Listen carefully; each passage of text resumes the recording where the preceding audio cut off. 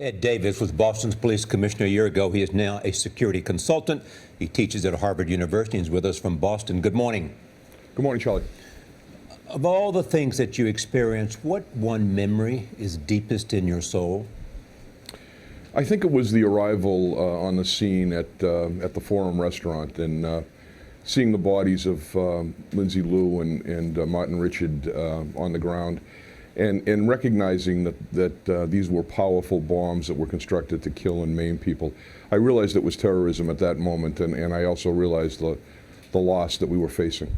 So what has happened since then to make sure that you don't have to face that kind of circumstance again? Well, Bill Evans, the new commissioner, and the Boston Police Department have spearheaded an effort to increase security here dramatically. This is a much harder target to hit than it was a year ago. There'll be 3 times as many police personnel, undercover people in the crowds, bomb dogs, cameras. They're limiting access to anybody who's carrying anything heavy. This is going to be a very tight security scenario today, Monday. I'm thinking it's going to be one of the safest places to be in Boston for the next few weeks, really. But I love this phrase, Boston Strong. It is not just a catchy phrase, Commissioner. It really speaks to the people of Boston, who they are, how they feel about each other, and how they feel about the city. And at Harvard University, you asked for researchers to look into a course, and you called it, Why Was Boston Strong? What did you learn? Why did you want to do that, and what did you learn? Well, that study was completed by Dutch Leonard and his partners at the Kennedy School. They looked at everything that happened. They looked at what made us different from other crises that different people have run into. And they really recognized that it was about preparedness and collaboration. So the planning process was very solid and very structured. And then the total respect that everybody had for each other on the team made all the difference in the world.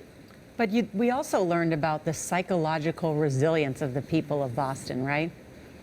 Right. I think a year later, that's the most important story. I've got to know many of the victims, and it is remarkable to see how strong they've become in face of this adversity. People who have had life-changing injuries that are not only persevering, but thriving.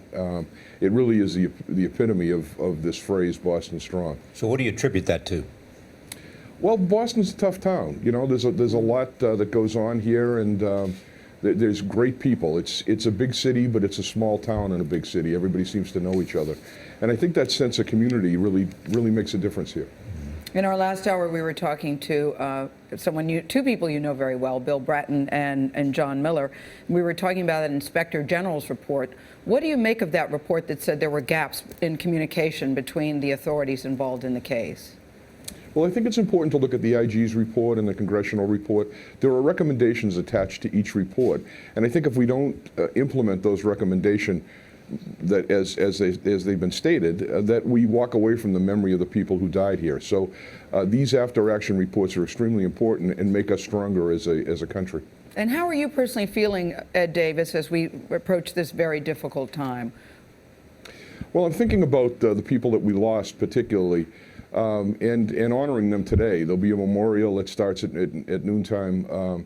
We'll all be there, and we'll all be thinking about what price we've paid as a city, but mostly about the strength of the survivors, Jeff Bowman and the other people. It's just incredible to see what they've done.